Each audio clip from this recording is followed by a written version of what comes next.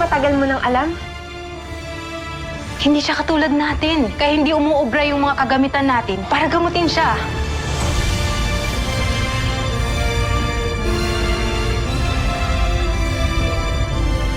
Time of death, 5:22 p.m.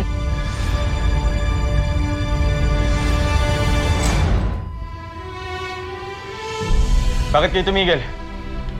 Huwag kayong sumuko, please. Hindi ako naniniwalang patay na siya. I'm really sorry, Hammerman. Ginawa na namin ang lahat. Ito, nakikiusap ako.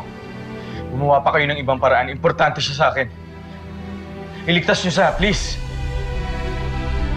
Oh, mukhang may na-principal sa office, ha? Ano bang ginawa niyang batang yan? Papay, alam na po ni Mimay. Nakita niya po si Tito Victor na naging si Hammerman. Pati ikaw? Charge the paddle. Dok, hindi naman gumagana itong machine sa pasyente. Hammerman, anong nangyayari sa martilyo mo?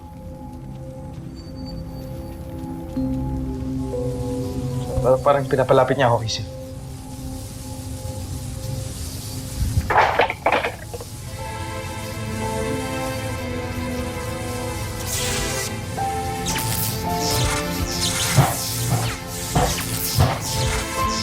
Ano ginagawa mo, Hammerman?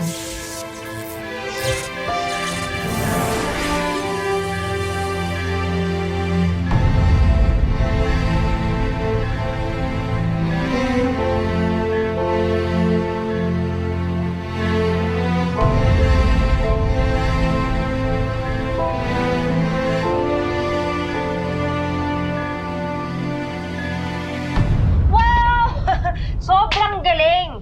Ako pa ba yung huling makakaalam sa bahay na to? Wala kang balak sabihin sa akin, ikaw! Magsisinungaling ka na lang, hindi mo sasabihin sa nanay mo? Di, Beb, kasi... Bilimbing kasi ni Bayong... Ano sinabi niya? Na hindi mo pagsasabi. Percy, narinig ko na yan, pero kasi ang punto ko dito, hindi ba 'di ba mag-asawa tayo? Hindi ka dapat naglilihim sa akin. Ba't mas takot ka pa kay Victor kaysa sa akin? Beb, hindi naman sa ganun. Ba, teka lang, huwag mo nga. Hindi kasi maniwala ka sa akin, matagal ko nang gusto sabihin sa ito, kaya lang hindi ko masabi. Kasi nga ganyan eh, magiging... Ganyan yung reaction kasi talaga, totoo mo eh. lang naman magiging big deal talaga sa akin to. Ikaw ba?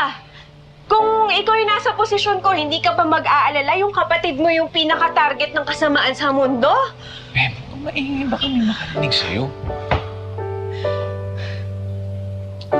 Kapatid ko yun si Victor eh. Di ba bayaw ka lang? Beb, O bakit ano? Mas nagtiwala pa sa'yo kaysa sa akin. Beb, huwag mo umiyak. Sorry, Beb.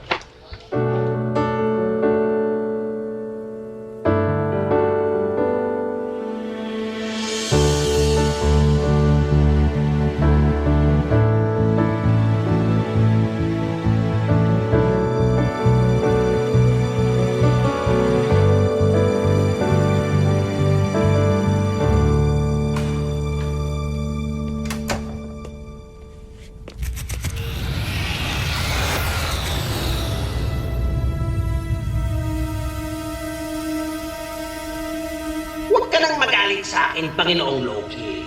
Kasi naman, kung talagang kumbinsido ka na si Victor nga ang Hammerman, bakit hindi mo na lang siya saksakin habang nakatalikod?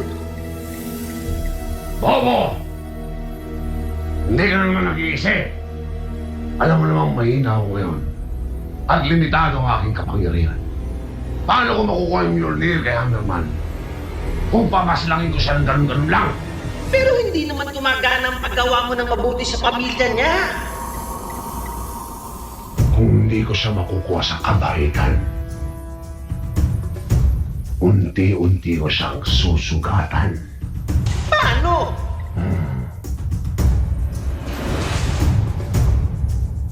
Si Gwen, halata naman may pagtingin si Hammerman sa kanya.